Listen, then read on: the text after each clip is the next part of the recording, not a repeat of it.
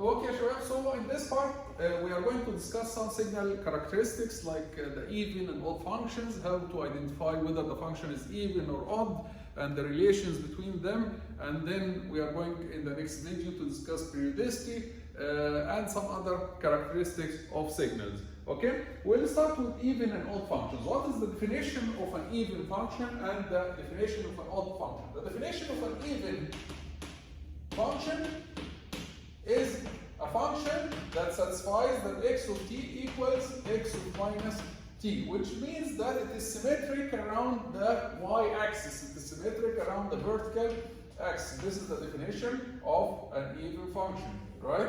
So this is an even function. For example, a cosine wave is an even function.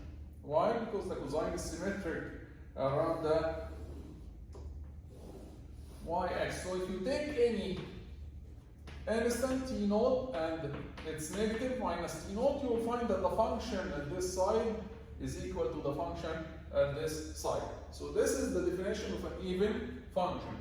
What about the odd function? The definition of an odd function is a function that satisfies that x of minus t equals negative x of t, which means that if you take instant number 4 and the instant minus 4, you'll find that the function has opposite values, which means it is symmetric around the origin.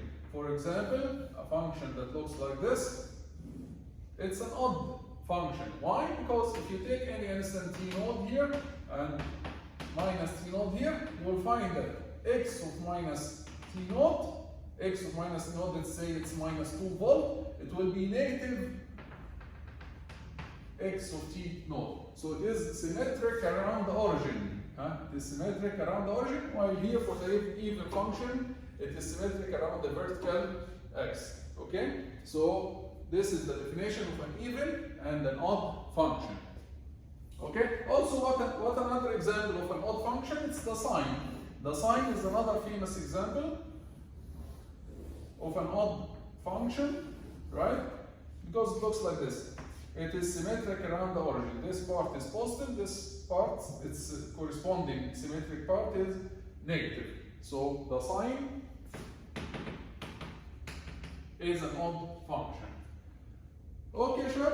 Any other function in the world, any function that you can imagine can be always written, any function can be always written as a summation of an even function plus an odd function. So any function that you can imagine can be written as a summation of even plus odd function.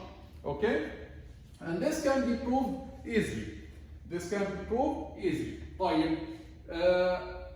How can we calculate this even part of your function and the odd part of your function? How can we calculate them? The even part can be calculated easily, and the odd part also can be calculated easily by noticing that x of minus t is x even of minus t plus x odd of minus t, right? So if we replace t by minus t, every t will be replaced by minus t. But we know that the even function, x even of minus t, is the same as x even of t, right? Because it's even. Even function means that x of t equals x of minus t. What about the odd function? The odd function, x of minus t equals minus x of t. So we can write x of minus t like this. So our signal, again, I will say it again, any signal can be written as an even part plus an odd part. Right, this is our signal. Our signal after we replace t with minus t can be written as the same even part minus the same odd part. Okay? If we add these two equations and we divide over 2, this will give us that x of t plus x of minus t divided over 2 will give us, if we add these two parts, will be x even and x odd will cancel. So this will give us x even of t. So the even part of my function can be calculated by adding our signal or our function plus its x of minus t over 2 Similarly, if we subtract this equation minus this equation, this will give us that x odd of t will be equal to x of t minus x of minus t divided by 2. So if I give you any signal x of t, you will be able to calculate its even part and its odd part. And you know that this signal x of t, it is the summation of the even part plus the odd part. Okay, and we'll solve an example about this maybe in the next video.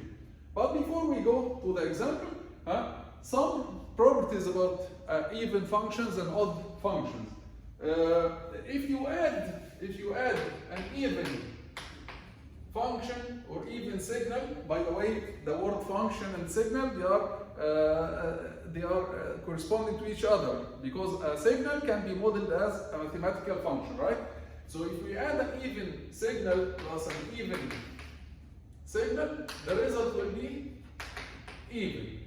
If we add an odd signal plus an odd signal, the result will be odd. If we add even signal plus odd signal, it will be neither. It will be neither even nor odd. It will not be even, nor it will be odd. Right. What about multiplication? If we multiply even times even, this will give us an even signal. If we multiply odd times odd, this will give us again even signal. If we multiply even times odd, this will give us an odd signal.